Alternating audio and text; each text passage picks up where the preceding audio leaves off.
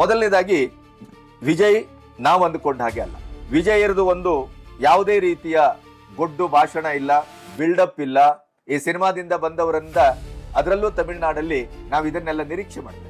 ವಿಜಯ್ ಇವತ್ತು ಸಾರ್ವತ್ರಿಕವಾಗಿ ಪ್ರಶಂಸೆಗೆ ಮತ್ತು ತಮಿಳುನಾಡಿನ ಜನತೆಯ ಪ್ರೀತಿಗೆ ಒಳಗಾಗಿದ್ದಾರೆ. ಇವತ್ತಿನವರೆಗೆ ಲಾಗಾಯತಿನಿಂದ ಮಾಡ್ಕೊಂಡು ಬಂದಂತ ಎಲ್ಲ ರಾಜಕೀಯ ಪಕ್ಷಗಳು ಅಂಡು ಸುಟ್ಟ ರೀತಿಯಲ್ಲಿ ಇವತ್ತು ವಿಲ ಅಂತ ಒದ್ದಾಡ್ತಾ ಇದ್ದಾರೆ. ಈ ಮನುಷ್ಯ ಏನ್ ಮಾಡ್ಲಿಕ್ಕೆ ಕೊಟ್ಟಿದ್ದಾನೆ? ಯಾಕೆ ಅಂತಂದ್ರೆ ಭ್ರಷ್ಟಾಚಾರಕ್ಕೆ ಸಡನ್ ಆಗಿ ಬ್ರೇಕ್ ಹಾಕಿದೆ. ಹಿಂದೆ DMK ಸರ್ಕಾರ 246 ಕೋಟಿ ವೆಚ್ಚದಲ್ಲಿ 46 ಯೋಜನೆಗಳನ್ನ ಇದೇ ದೇವಸ್ಥಾನದ ಹುಂಡಿ ಹಣದಿಂದ ನಿಧಿಯಿಂದ ಮಾಡಬೇಕು ಅಂತ ಪ್ಲಾನ್ ಮಾಡಿತ್ತು. ಅದನ್ನ ತಕ್ಷಣ ನಿಲ್ಲಿಸಿದ್ದಾರೆ. ಅದರ ಪ್ರಥಮ ಹೆಜ್ಜೆಯನ್ನ ವಿಜಯ್ ಅದ್ಭುತವಾಗಿ ಇಟ್ಟಿದ್ದಾರೆ. ಅದಕ್ಕಾಗಿ ಹೇಳುದು ನಾವು, ಪ್ರತ್ಯಕ್ಷ ಕಂಡರೂ ಪರಾಂಬರಿಸಿ ನೋಡು. ದೂರದ ಬೆಟ್ಟದ ಬಗ್ಗೆ ಇಲ್ಲೇ ಕೂತ್ಕೊಂಡು ಅವಲೋಕನ ಮಾಡಬೇಡ, ಜಜ್ಮೆಂಟ್ ಮಾಡಬೇಡ. ವಿಜಯರ ಬಗ್ಗೆ ನಾವು ಇಲ್ಲಿವರೆಗೆ ಬಹಳಷ್ಟು ಮಾತಾಡ್ತಿದ್ದೇವಲ್ಲ, ಅವರು ಹಂಗೆ ಇವರು ಹಿಂಗೆ ಅಲ್ಲ, ನಾವು ನೋಡ್ಬೇಕು, ಕಾಯ್ಬೇಕು. TVKಯ ವಿಜಯ್ ಇವತ್ತು ಹುಟ್ಟಿದ ಒಂದು ಕೂಸು ಅಲ್ಲ, ಇವತ್ತು ಬೆಳೆದ ವೃಕ್ಷವೂ ಅಲ್ಲ, ಆಲದ ಮರವೂ ಅಲ್ಲ. ಅದು ಅವರು 2008-9ರಿಂದಲೇ ಇವತ್ತಿನ ಈ ಫಲಿತಾಂಶಕ್ಕೆ ಬೀಜವನ್ನ ಬಿತ್ತಿದ್ದಾರೆ. ಅವರು ಗ್ರಾಸ್ ರೂಟ್ ಲೆವೆಲ್ ಅಲ್ಲಿ ವರ್ಕ್ ಮಾಡಿದ್ದಾರೆ. ನಮ್ಮ ಉಪೇಂದ್ರ ಅದನ್ನ ಮಾಡಬೇಕು, ಜನರ ಮಧ್ಯೆ ಬರಬೇಕು, ಜನರ ಮಧ್ಯೆ ಜನರ ಸಮಸ್ಯೆಗೆ ಎದೆ ಕೊಡಬೇಕು, ತಲೆ ಕೊಡಬೇಕು, ಹೋರಾಟ ಮಾಡಬೇಕು. ಸಿದ್ಧಾಂತದ ಬದನೆಕಾಯಿ ಅಡುಗೆಗೆ ಬರುವುದಿಲ್ಲ. ಬದನೆಕಾಯಿ ಬೇಕು ಅಂತಂದ್ರೆ ನಾವು ಕೃಷಿ ಮಾಡಬೇಕು.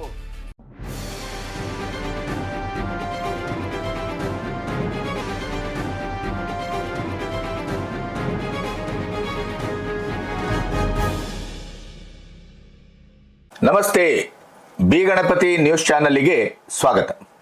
ಒಂದು ಸಂದರ್ಭ, ಎಂಥ ಒಂದು ತೌಲನಿಕ ಒಂದು ಅಧ್ಯಯನಕ್ಕೆ ಅಥವಾ ಕಂಪೇರಿಸನ್ಗೆ ನಮಗೆ ಕಣ್ಣಿಗೆ ಎರಡು ಧ್ರುವಗಳ ಹಾಗೆ ಕರ್ನಾಟಕದ ಮುಖ್ಯಮಂತ್ರಿ DK ಶಿವಕುಮಾರ್ ಮತ್ತು ತಮಿಳುನಾಡಿನ ಮುಖ್ಯಮಂತ್ರಿ ವಿಜಯ್, ಹಾಗೆಯೇ ಅಸ್ಸಾಂ ಮತ್ತು ಮುಖ್ಯವಾಗಿ ಪಶ್ಚಿಮ ಬಂಗಾಳದ ಮುಖ್ಯಮಂತ್ರಿ ಸುವೇಂದು ಅಧಿಕಾರಿ, ಇವರೆಲ್ಲರೂ ಒಂದು ರೀತಿಯಲ್ಲಿ ಸಮಕಾಲೀನರು ಅಂತಲೇ ಭಾವಿಸಬೇಕು. ಒಂದೇ ಸಂದರ್ಭದಲ್ಲಿ ವಿವಿಧ ರಾಜ್ಯಗಳ ಮುಖ್ಯಮಂತ್ರಿಗಳಾಗಿ ಅಧಿಕಾರಕ್ಕೆ ಏರಿದ್ದಾರೆ. ನೋ ಡೌಟ್, ಇಡೀ ಭಾರತದಲ್ಲಿ ಅಷ್ಟೇ ಅಲ್ಲ, ಇಡೀ ವಿಶ್ವದಲ್ಲಿಯೇ ತನ್ನ ಕಾರ್ಯಾಚರಣೆ, ಭಾರತದ ಭದ್ರತೆ, ಬಂಗಾಳದ ಪುನರ್ಜನ್ಮ, ಹಾಗೇನೆ ಗಡಿಯಲ್ಲಿ ಪಾಕಿಸ್ತಾನ ಆಗ್ಬಹುದು, ಬಾಂಗ್ಲಾದೇಶ ಆಗ್ಬಹುದು, ಆ ಉಪಟಳವನ್ನ ಶಾಶ್ವತವಾಗಿ ತಡೆಯಲಿಕ್ಕೆ, ನಿರ್ಮೂಲನೆ ಮಾಡಲಿಕ್ಕೆ ಭಾರತ ಸರ್ಕಾರ ಯಾವ್ಯಾವ ನಿರೀಕ್ಷೆಗಳನ್ನ ಬಂಗಾಳದ ಸರ್ಕಾರದ ಮೂಲಕ ಮಾಡಿತ್ತೋ ಅದೆಲ್ಲವನ್ನ ಸುವೇಂದು ಅಧಿಕಾರಿ ತಾನು ಅಧಿಕಾರಕ್ಕೆ ಬಂದ 15-20 ದಿನದ ಒಳಗಡೆನೆ ಮಾಡಿ ಮುಗಿಸಿದ್ದಾರೆ. ಇನ್ನು ಆಂತರಿಕವಾಗಿ ಬಂಗಾಳದಲ್ಲಿ ಯಾವ್ಯಾವ ರೀತಿಯ ಆಕ್ಷನ್ ಅನ್ನ ತೆಗೆದುಕೊಳ್ಬೇಕಾಗಿತ್ತೋ ಅವೆಲ್ಲವನ್ನ ತೆಗೆದುಕೊಂಡಿದ್ದಾರೆ. ಚುನಾವಣಾ ಪೂರ್ವದಲ್ಲಿ ಏನು ಆಶ್ವಾಸನೆ ಕೊಟ್ಟಿದ್ರೋ ಅದು ನುಸುಳುಕೋರರ ಬಗ್ಗೆ ಇರಬಹುದು, ಅಥವಾ ಮಮತಾ ಬ್ಯಾನರ್ಜಿಯವರ ಪಟಾಲಮ್ಮಿನ ಒಂದು ಚಾರಿತ್ರಿಕವಾದ ಭ್ರಷ್ಟಾಚಾರ, ನರಮೇಧ, ಗೂಂಡಾಗಿರಿ, ಅಕ್ರಮ ಆಸ್ತಿ ಇತ್ಯಾದಿ ಇತ್ಯಾದಿ ಎಲ್ಲದರ ಮೇಲೂ ಕೂಡ ಏಕಕಾಲದಲ್ಲಿ ಕಾನೂನಿನ ಕ್ರಮವನ್ನೂ ತೆಗೆದುಕೊಂಡದ್ದಷ್ಟೇ ಅಲ್ಲ, ಎಲ್ಲವನ್ನೂ ಸರಿಪಡಿಸುವಂತ ಅಭಿಯಾನವನ್ನ ತಕ್ಷಣದಿಂದ ಆರಂಭಿಸಿ. ಹಾಗಾಗಿ ಈ ವರ್ತಮಾನದಲ್ಲಿ is the number 1 action oriented ಮುಖ್ಯಮಂತ್ರಿ ಇಡೀ ಭಾರತದಲ್ಲಿ ಸುದ್ದಿ ಮಾಡಿರುವ ಸುವೇಂದು ಅಧಿಕಾರಿ ಅಂತಂದ್ರೆ ಎಲ್ಲರೂ ಒಪ್ಪುತ್ತೀರಿ ಅಂತ ಅಂದ್ಕೊಂಡಿದೆ. ಇನ್ನು Vijay cinema hero, mass hero. ಸಿನಿಮಾದ ಒಳಗಡೆ ಅವರು ಭ್ರಷ್ಟತೆಯ ವಿರುದ್ಧ ಅಥವಾ ಜನಾಂಗೀಯ ಒಂದು ಹಿಂಸೆಯ ವಿರುದ್ಧ, ಸಾಮಾಜಿಕ ಅಸಮತೆಯ ವಿರುದ್ಧ, ಅಧಿಕಾರಿಗಳು ಇತ್ಯಾದಿ ಪ್ರಜಾಪ್ರಭುತ್ವದ ಏನು ರುಗ್ಣತೆ ಅಂತಿದೆ ಅದರ ವಿರುದ್ಧ ಅವರು ಒಬ್ಬ ನಾಯಕ ನಟನಾಗಿ ಸಮರ ಸಾರಿದ್ದನ್ನ ಗಮನಿಸಿದ್ದೇವೆ.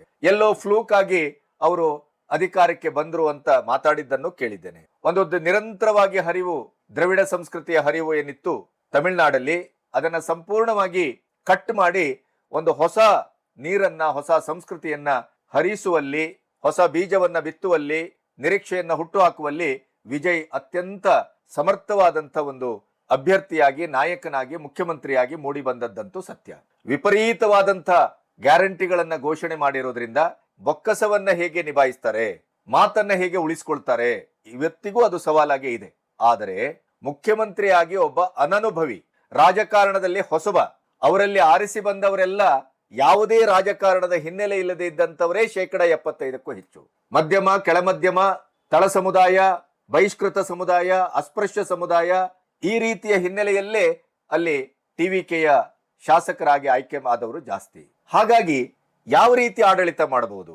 ಕೆಲವರ ಕೈಗೊಂಬೆ ಆಗಬಹುದೇ, ಅಧಿಕಾರಿಗಳ ಕೈಗೊಂಬೆ ಆಗಬಹುದೇ, ರಬ್ಬರ್ ಸ್ಟ್ಯಾಂಪ್ ಆಗಬಹುದೇ, ಅಥವಾ ಸಿನಿಮಾ ಮಾದರಿಯಲ್ಲೇ ಪದಗ್ರಹಣವನ್ನ ಸ್ವೀಕರಿಸಿದಂಥ ವಿಜಯ್ ಆ ಸಿನಿಮಾ ಸ್ಟೈಲ್ ಅನ್ನು ಮಾಡ್ಲಿಕ್ಕೆ ಹೋಗಿ ಎಲ್ಲಾದ್ರೂ ಆಕ್ಸಿಡೆಂಟ್ ಆಗಬಹುದೇ ಅನ್ನುವಂತ ಎಲ್ಲ ರೀತಿಯ ಚರ್ಚೆಗಳು, ವಾದಗಳು, ಊಹೆಗಳು ಎಲ್ಲವೂ ಹುಟ್ಕೊಂಡಿದ್ದವು. ಆದರೆ ವಿಜಯ್ ತನ್ನ ಕುರ್ಚಿಯನ್ನ ಅಲಂಕರಿಸಿದ ಕೆಲವೇ ದಿನಗಳಲ್ಲಿ ಒಂದು ಪಂಚಸೂತ್ರದ ಆಡಳಿತ ಅನ್ನುವ ರೀತಿಯಲ್ಲಿ ಒಂದು 4-5 ನಿರ್ಧಾರಗಳನ್ನ ತೆಗೆದುಕೊಂಡಂತ ಆ ಒಂದು ರಭಸ ಏನಿದೆ ಅದು ಇವತ್ತು ದೇಶಾದ್ಯಂತ ಸುದ್ದಿಯನ್ನ ಮಾಡಿದೆ. ಎಷ್ಟರ ಮಟ್ಟಿಗೆ ಅಂತಂದ್ರೆ ಡಿ ಕೆ ಶಿವಕುಮಾರ್ ಅನ್ನು ಕನಕಪುರದ ಬಂಡೆಯನ್ನು ಒಮ್ಮೆ ವಿಚಲಿತಗೊಳಿಸುವ ಹಾಗೆ ಆಡಳಿತದಲ್ಲಿ ಒಂದು ಬದಲಾವಣೆಯ ಮರ್ಮಾಘಾತವನ್ನ ಸಾಂಪ್ರದಾಯಿಕ ರಾಜಕಾರಣಕ್ಕೂ ವಂಶ ರಾಜಕಾರಣಕ್ಕೂ ಭ್ರಷ್ಟ ಒಂದು ವ್ಯವಸ್ಥೆಗೂ ಅವರು ಬ್ರಹ್ಮಾಸ್ತ್ರವನ್ನ ಬಳಸಿದ್ದಾರೆ.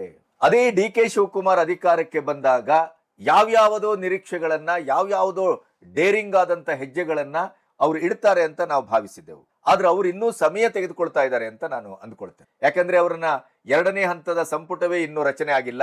ವಿಜಯನಾಗಿ ಅವರು ಸ್ವತಂತ್ರರಲ್ಲ. ಅಲ್ಲಿ ಕೇಂದ್ರದ ಹಗ್ಗ ಹಾಕಿ ಸೊಂಟಕ್ಕೆ ಹಾಕಿ ಇವರನ್ನ ಕುಣಿಸುವಂತ ಒಂದು ಹೈಕಮಾಂಡ್ ಇದೆ. ಕಾವೇರಿಯಲ್ಲಿ ಇನ್ನೂ ಮಾಜಿಯಾಗಿ ಕುಳಿತಂತ ಸಿದ್ದರಾಮಯ್ಯನವರು ಹಾಲಿಯಾಗಿ ರಾಜಕಾರಣವನ್ನ ಮಾಡ್ತಾನೆ ಇದ್ದಾರೆ. ಪರ್ಯಾಯ ಪವರ್ ಹೌಸ್ ಅಲ್ಲಿ ನಿರ್ಮಾಣ ಆಗಿದೆ. ವೇದಿಕೆಯಲ್ಲಿ ಆಂಜನೇಯನಂತವರು ಮುಖ್ಯಮಂತ್ರಿ ಡಿ ಕೆ ಶಿವಕುಮಾರ್ರ ಕೈಯನ್ನ ತೂರುವ ಮಟ್ಟಕ್ಕೆ ದಾಷ್ಟ್ಯವನ್ನ ಮೆರೆಯುವಂತ ಒಂದು ಒಳಪೆಟ್ಟು, ಒಳ ಸಂಸ್ಕೃತಿ, ಒಳಪಂಗಡ ಜೀವಂತವಾಗಿದೆ. ಬೆಳಗಾವಿಯ ಸಾಹುಕಾರ ಕತ್ತಿಯನ್ನ ಮಸೆತಾ ಇದ್ದಾರೆ. ಇನ್ನು ಒಳಗೊಳಗೆ ಗುಳಿಗೆ ಸಿದ್ಧರು ಬಹಳಷ್ಟು ಗುದ್ದುಗಳನ್ನ ಕೊಡ್ತಾ ಇದ್ದಾರೆ. ಹೀಗೆ ಡಿ ಕೆ ಶಿವಕುಮಾರ್ ಅಂದುಕೊಂಡದ್ದಕ್ಕಿಂತ ಅದೊಂದು ಅತ್ಯಂತ ಶ್ರಮದಾಯಕ, ಅತ್ಯಂತ ಡೇಂಜರಸ್ ಆದ, ಅತ್ಯಂತ ಸೂಕ್ಷ್ಮವಾದಂತ ಒಂದು ಸರಿಗೆಯ ಮೇಲಿನ, ಕತ್ತಿಯ ಮೇಲಿನ ನಡಿಗೆ ಅನ್ನೋದಂತೂ ಬಹಳ ಸ್ಪಷ್ಟ. ಆದರೂ ಅವರು ಆ ಮಧ್ಯೆಯೂ ಒಂದು ಜಾಣತನದ ಹೆಜ್ಜೆಯನ್ನ ನಿಧಾನವಾಗಿ ಆದರೂ ಇಡ್ತಾ ಇದ್ದಾರೆ. ಆದರೂ ವಿಜಯ್ ಇಟ್ಟ ಹೆಜ್ಜೆಗಳನ್ನ ಡಿ ಕೆ ಶಿವಕುಮಾರ್ ಇಡಲಾರರು, ಇಡಲಿಕ್ಕೆ ಸಾಧ್ಯವಿಲ್ಲವೇನೋ ಅಂತ ಅನ್ನಿಸುವ ಮಟ್ಟಕ್ಕೆ ಅವರು ಬೋಲ್ಡ್ ಸ್ಟೆಪ್ ಅನ್ನ ತೆಗೆದುಕೊಂಡಿದ್ದಾರೆ. ಹಾಗಾದ್ರೆ ಅವರಿವತ್ತು ತೆಗೆದುಕೊಂಡಂತ ಈ ಹೆಜ್ಜೆಗಳು ಇಡೀ ಭಾರತದಲ್ಲಿ, ಅದರಲ್ಲೂ ಯುವ ಸಮುದಾಯವನ್ನ ಸೂಜಿಗಲ್ಲಿನ ಹಾಗೆ, ಚುಂಬಕದ ಹಾಗೆ ಸೆಳೆದಿದೆ. ಸೋಷಿಯಲ್ ಮೀಡಿಯಾದಲ್ಲಿ ಅದರದೇ ಚರ್ಚೆಗಳಾಗ್ತಾ ಇದೆ. ಹಾಗಾದ್ರೆ ಏನು ಹೆಜ್ಜೆಗಳನ್ನ ಇಟ್ಟಿದ್ದಾರೆ, ಯಾವ ತೀರ್ಮಾನವನ್ನ ತೆಗೆದುಕೊಂಡಿದ್ದಾರೆ? ರಾಜಕಾರಣದಿಂದ ಅನನುಭವಿಯಾಗಿಯೂ ಕೂಡ ಅನುಭವಿ ರಾಜಕಾರಣಿಗಳು ಒಮ್ಮೆ ಅವಕ್ಕಾಗುವ ರೀತಿಯಲ್ಲಿ ಆಡಳಿತ ಮಾಡಲಿಕ್ಕೆ ಹೊರಟಿದ್ದಾರೆ ಅನ್ನುವಂತ ಒಂದು ಸೂಕ್ಷ್ಮತೆಯನ್ನ, ಸಾಕ್ಷಿಗಳನ್ನ, ಹೆಜ್ಜೆ ಗುರುತುಗಳನ್ನ ಆರಂಭದಲ್ಲೇ ಅವರು ಇಡ್ತಾರೆ ಅಂತ ಆದ್ರೆ ನಾವು ಅಂದುಕೊಂಡದಕ್ಕಿಂತ ವಿಜಯ್ ಬಹಳ ಬಹಳ ಮುಂದಿದ್ದಾರೆ ಅನ್ನೋದರ ಬಗ್ಗೆ ಯಾವುದೇ ಸಂಶಯ ಬೇಕಾಗಿಲ್ಲ. ಹಾಗಾದ್ರೆ ಏನು ಕ್ರಾಂತಿಕಾರಕವಾದ ಬ್ರಹ್ಮಾಸ್ತ್ರಗಳನ್ನ ಬಳಸ್ತಾ ಇದ್ದಾರೆ ಅವೆಲ್ಲವನ್ನ ವಿವರವಾಗಿ ಇವತ್ತು ನಿಮ್ಮೊಟ್ಟಿಗೆ ಹಂಚ್ಕೋಬೇಕು. ನನ್ನ ಮಾತುಗಳನ್ನ ಕೇಳ್ತೀರಿ, ವಿಜಯ್ ಇಟ್ಟ ಹೆಜ್ಜೆಯ ವಿವರಗಳನ್ನು ನೋಡ್ತೀರಿ, ಮತ್ತು ಸುತ್ತಮುತ್ತಲಿನ ಸಾಂಪ್ರದಾಯಿಕವಾದಂತ ವಂಶ ಪಾರಂಪರ್ಯದ ಈ ರಾಜಕಾರಣ ಅನ್ನೋದು ಒಂದು ವೃತ್ತಿ ಅನ್ನುವ ರೀತಿಯಲ್ಲಿ ಭಾವಿಸಿದ ರಾಜಕಾರಣವನ್ನು ಗಮನಿಸ್ತೀರಿ. ಇದನ್ನ ಕಂಪ್ಯಾರಿಸನ್ ಮಾಡಿ ನೀವೊಂದು ಮಥನವನ್ನು ಮಾಡ್ತೀರಿ. ನಿಮ್ಮ ಅಭಿಪ್ರಾಯ ಏನು, ನಿಮ್ಮ ಕಮೆಂಟ್ ಏನು, ಇದೆಲ್ಲವನ್ನ ಸೂಕ್ಷ್ಮವಾಗಿ ನಾನು ಅವಲೋಕಿಸ್ತೇನೆ, ಮತ್ತೆ ಅದನ್ನ ನೋಡಿ ಹೊಸ ವಿಡಿಯೋಗಳನ್ನ ಕಟ್ತೇನೆ. ಹಾಗಾಗಿ ಕಮೆಂಟ್ ಮಾಡಿ, ಪ್ರತಿಕ್ರಿಯಿಸಿ, ಪೂರ್ಣ ವಿಡಿಯೋವನ್ನ ನೋಡಿ. ಇಲ್ಲಿಯವರೆಗೆ ನನ್ನ ಚಾನೆಲ್ ಅನ್ನ ಸಬ್ಸ್ಕ್ರೈಬ್ ಮಾಡದೇ ಇದ್ರೆ ಸಬ್ಸ್ಕ್ರೈಬ್ ಮಾಡಿ. ಸ್ವತಂತ್ರ ಪತ್ರಿಕೋದ್ಯಮಕ್ಕೆ ಆರ್ಥಿಕವಾಗಿ ಬೆಂಗಾವಲಾಗಿ ಬೆಲ್ ಐಕಾನ್ ಒತ್ತಿ, ಶೇರ್ ಮಾಡಿ, ಪ್ರೋತ್ಸಾಹಿಸಿ. ಮೊದಲನೇದಾಗಿ ವಿಜಯ್ ನಾವು ಅಂದುಕೊಂಡ ಹಾಗೆ ಅಲ್ಲ. ವಿಜಯರದು ಒಂದು ಯಾವುದೇ ರೀತಿಯ ಗೊಡ್ಡು ಭಾಷಣ ಇಲ್ಲ, ಬಿಲ್ಡಪ್ ಇಲ್ಲ. ಈ ಸಿನಿಮಾದಿಂದ ಬಂದವರಿಂದ, ಅದರಲ್ಲೂ ತಮಿಳುನಾಡಲ್ಲಿ ನಾವು ಇದನ್ನೆಲ್ಲ ನಿರೀಕ್ಷೆ ಮಾಡ್ತೇವೆ. ಆದರೆ ತನ್ನದೇ ಆದ ರೀತಿಯಲ್ಲಿ ಪದಗ್ರಹಣ ಮಾಡಿದ್ರು, ತನ್ನದೇ ಆದ ಸಂಪುಟವನ್ನ ರಚಿಸಿದ್ರು. ಅದರ ಜೊತೆಗೆ ಈಗಾಗಲೇ ಮೇಕೆದಾಟುನ ಒಂದು ಚಾರಿತ್ರಿಕವಾದಂತ ಕರ್ನಾಟಕ ತಮಿಳುನಾಡಿನ ಹೊಯ್ದಾಟದಲ್ಲಿ ಕಾಂಗ್ರೆಸ್ಸಿನ ಬೆಂಬಲ ಒಂದು ಪಡ್ಕೊಂಡಂತ ಹಿನ್ನೆಲೆ ಇದ್ರೂ ಕೂಡ ಅವರು ಕರ್ನಾಟಕಕ್ಕೆ ಮರ್ಮಾಘಾತವನ್ನೇ ಕೊಟ್ಟಿದ್ದಾರೆ. ಅಲ್ಲಿ ಯಾವುದೇ ಕಾಂಪ್ರಮೈಸ್ ಮಾಡ್ಕೊಳ್ಳಿಲ್ಲ.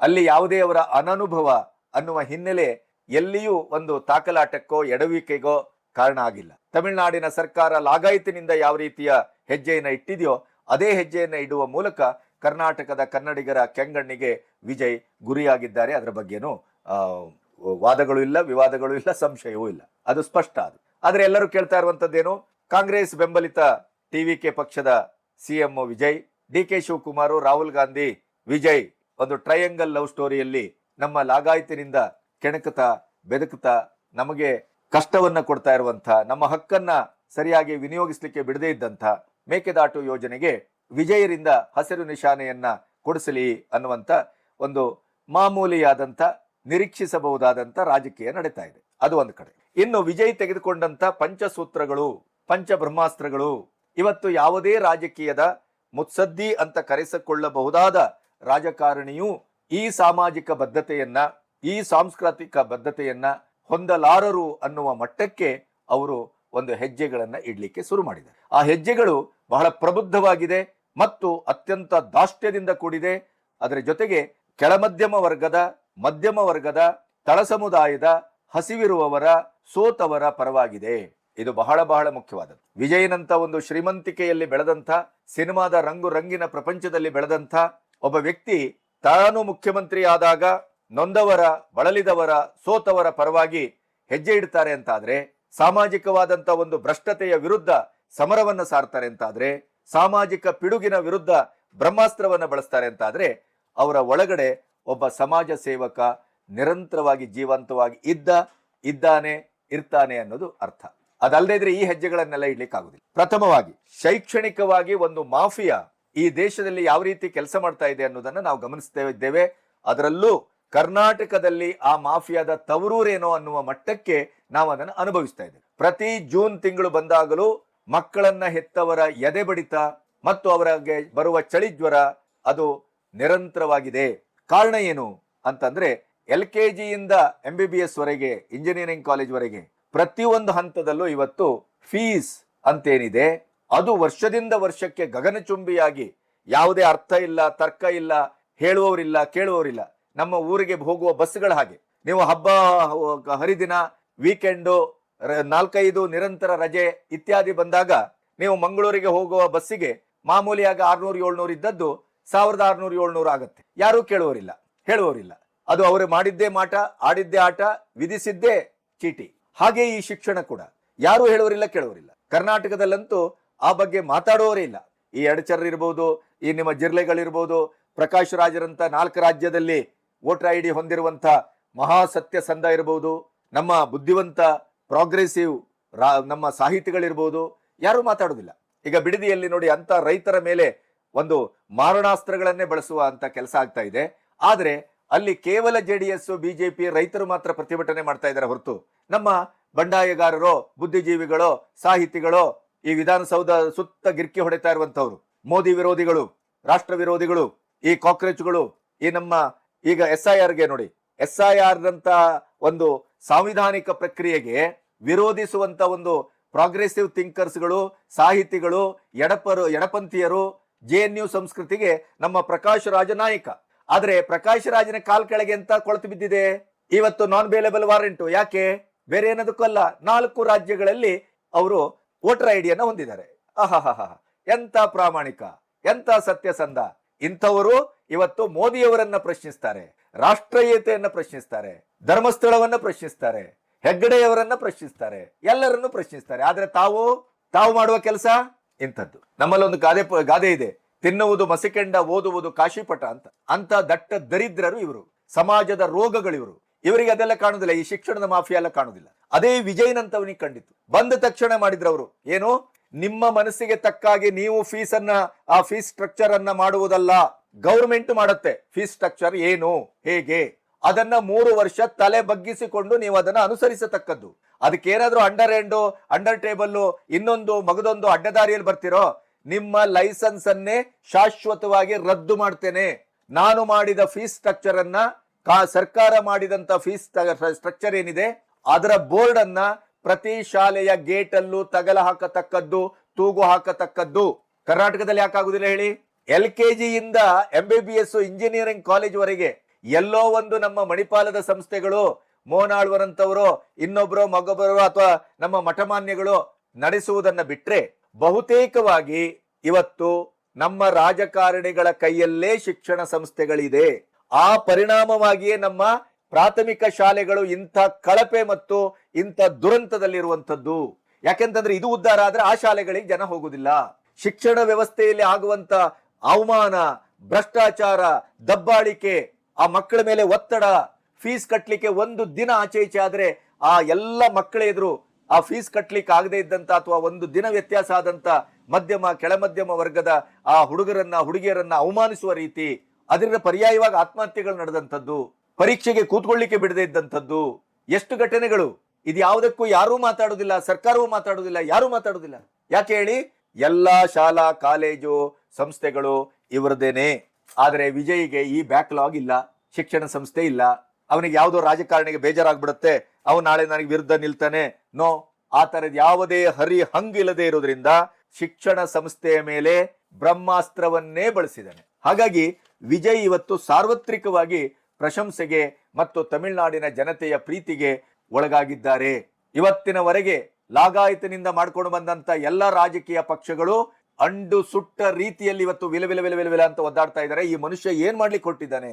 ಯಾಕೆ ಅಂತಂದ್ರೆ ಭ್ರಷ್ಟಾಚಾರಕ್ಕೆ ಸಡನ್ ಆಗಿ ಬ್ರೇಕ್ ಹಾಕಿದ್ದಾರೆ. ಯಾವುದೇ ಫೈಲು, ಯಾವುದೇ ರೀತಿಯ ಒಂದು ಒಪ್ಪಿಗೆ, ಯಾವುದೇ ರೀತಿಯ ಅಪ್ರೂವಲ್ ಎಲ್ಲವೂ ಆನ್ಲೈನ್ ಅಲ್ಲಿ ಆಗತಕ್ಕದ್ದು.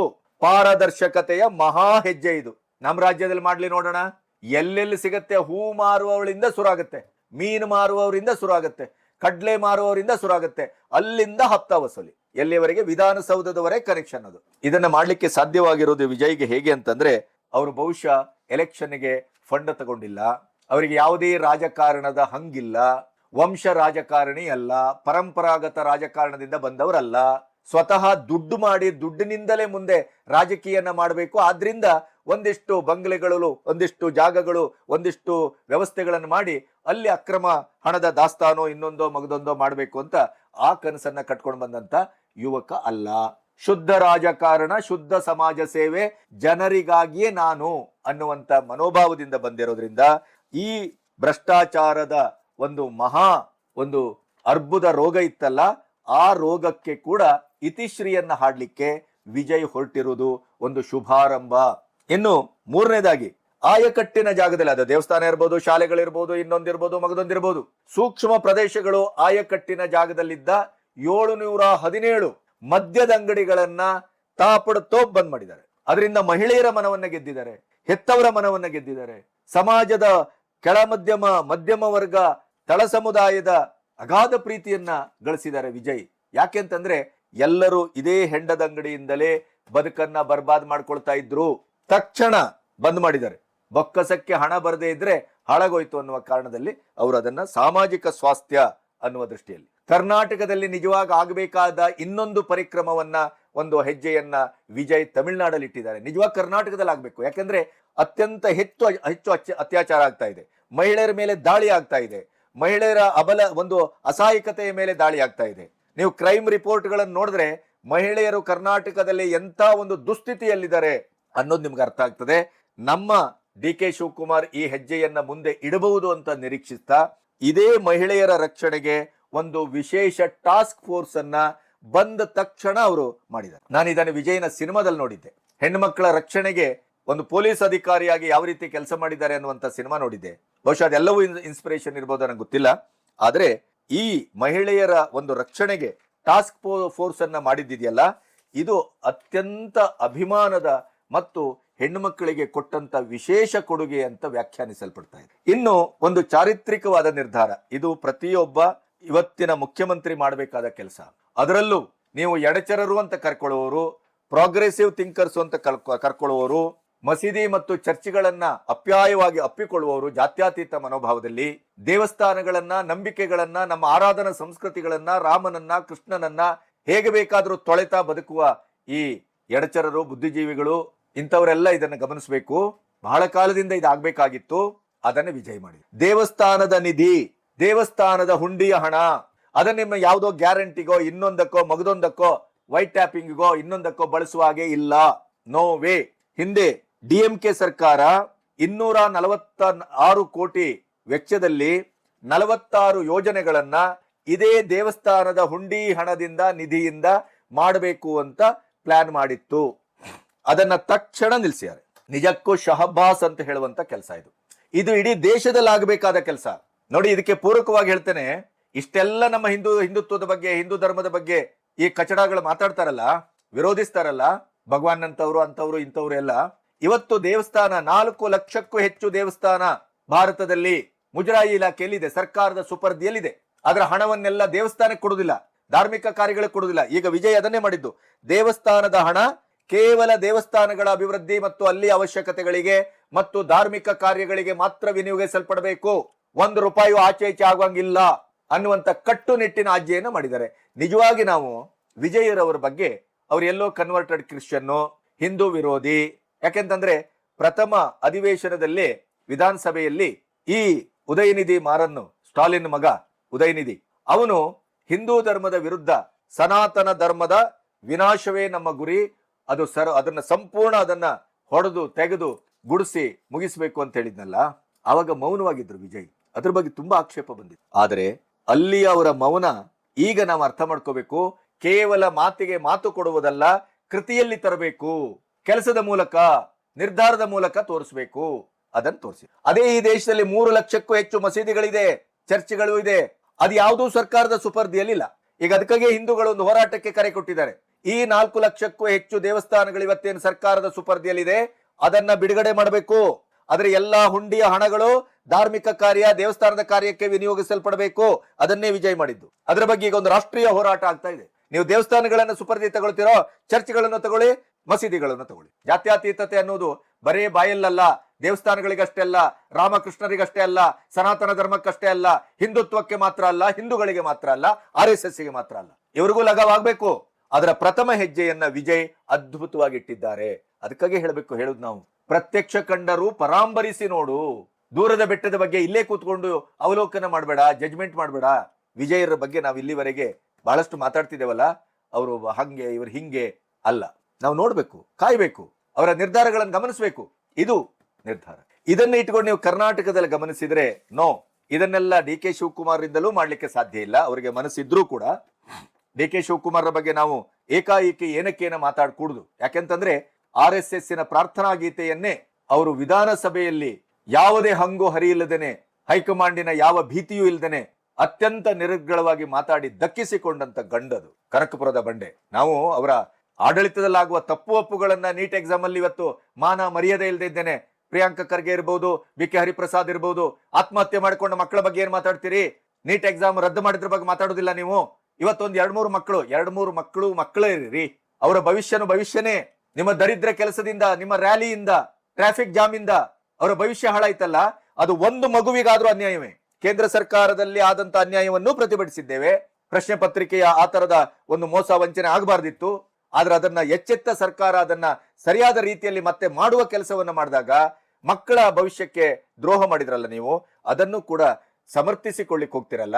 ಮಾನ ಮರ್ಯಾದೆ ಇದ್ದವ್ರು ಯಾರು, ಸಾಮಾಜಿಕವಾದ ಕಿಂಚಿತ್ತು ಒಂದು ಸಣ್ಣ ಜವಾಬ್ದಾರಿ ಇದ್ದವ್ರು ಯಾರು ಈ ಹೇಸಿಗೆ ಕೆಲಸವನ್ನ ಮಾಡೋದಿಲ್ಲ. ಅದರ ಅರ್ಥ BJP ಅವರೆಲ್ಲ ಸರಿ ಇದ್ದಾರೆ ಅಂತಲ್ಲ, ಅವರಿಗೆ ಯಾವುದೂ ಇಲ್ಲ, ಎಲ್ಲ ಬಿಟ್ಟು ನಿಂತಿದ್ದಾರೆ. ಅದಲ್ಲದೆ ಇದ್ರೆ ಕಾಂಗ್ರೆಸ್ಸಿನ ಕುತ್ತಿಗೆ ಹಿಡಿದು ಮುರಿದು ವಿರೋಧ ಪಕ್ಷದ ನಾಯಕರು ಅಥವಾ ವಿರೋಧ ಪಕ್ಷದ ಜವಾಬ್ದಾರಿಯನ್ನು ನಿರ್ವಹಿಸ್ತಾ ಇದ್ರು, ಅದು ಪ್ರಶ್ನೆ ಬೇರೆ.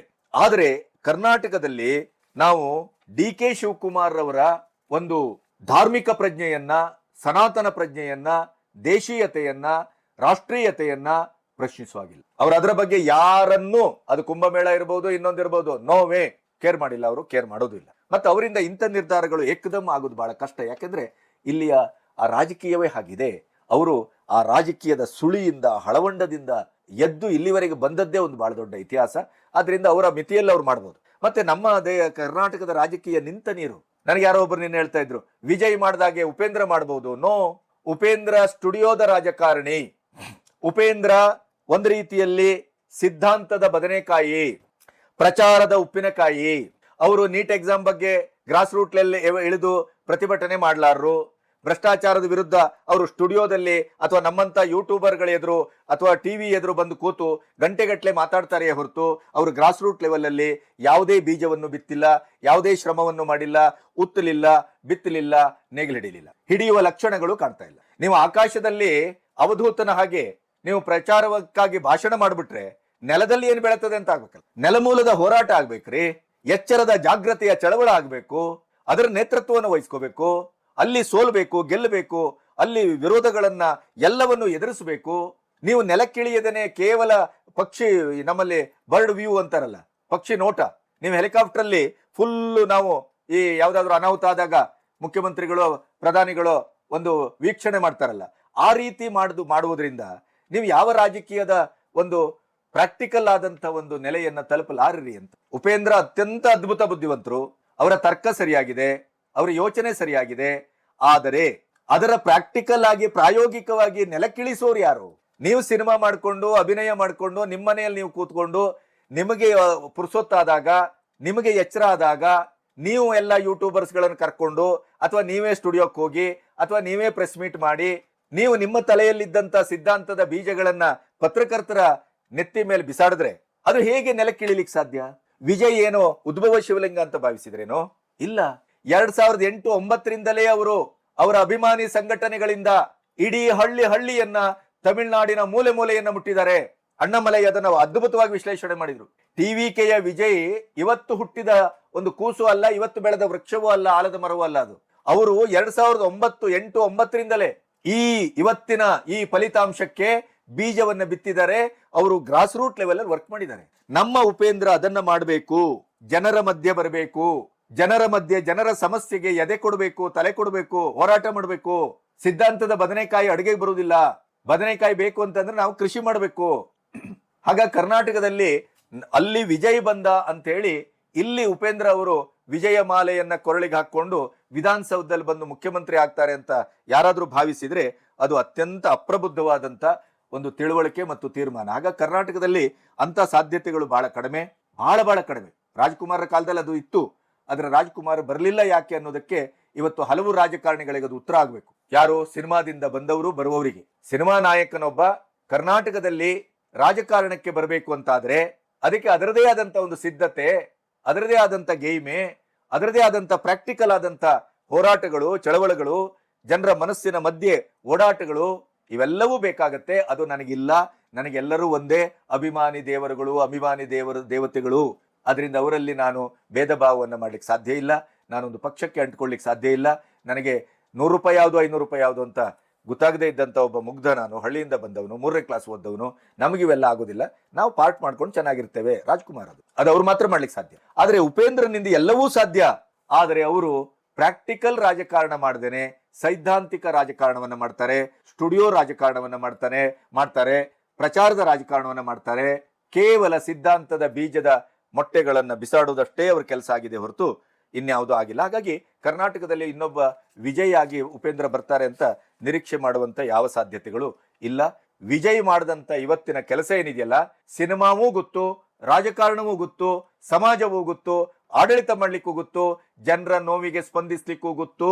ಇದು ವಿಜಯ್ ಪಾಲಿಸಿ, ಇದು ವಿಜಯರ ಸಿದ್ಧಾಂತದ ಒಂದು ಅಖಾಡ. ಹಾಗಾಗಿ ವಿಜಯನ್ನ ಯಾರೂ ಲಘುವಾಗಿ ತೆಗೆದುಕೊಳ್ಳಿಕ್ಕೆ ಸಾಧ್ಯ ಇಲ್ಲ. ವಿಜಯ್ ನಿಜವಾದ ಸಮಾಜೋದ್ಧಾರದ ಪರಿವರ್ತನೆಯ ಮಹಾಯಜ್ಞದ ಕಂಕಣವನ್ನ ತೊಟ್ಟಿದ್ದಾರೆ. ಅಭಿನಂದನೆಗಳು. ನಿಮಗೇನನ್ನಿಸ್ತದೆ? ದಯವಿಟ್ಟು ನೀವು ಪ್ರತಿಕ್ರಿಯಿಸಿ. ನಿಮ್ಮ ಪ್ರತಿಕ್ರಿಯೆಯನ್ನ ಅತ್ಯಂತ ಆಸಕ್ತಿಯಿಂದ ಕಾಯ್ತಾ ಇದ್ದೇನೆ. ನನ್ನ ಚಾನೆಲ್ ಅನ್ನ ಸಬ್ಸ್ಕ್ರೈಬ್ ಮಾಡಿ, ಶೇರ್ ಮಾಡಿ, ಹೆಚ್ಚು ಜನರಿಗೆ ಮುಟ್ಟಿಸಿ. ಒಂದು ಮಥನಕ್ಕೆ ಇದು ಆಹಾರವಾದರೆ ಆ ಮಥನದಿಂದ ಹುಟ್ಟುವ ಒಂದು ಫಲಿತಕ್ಕೆ ನಾನು ತುಂಬಾ ನಿರೀಕ್ಷೆ ಮಾಡಿದ್ದೆ. ನಮಸ್ತೆ.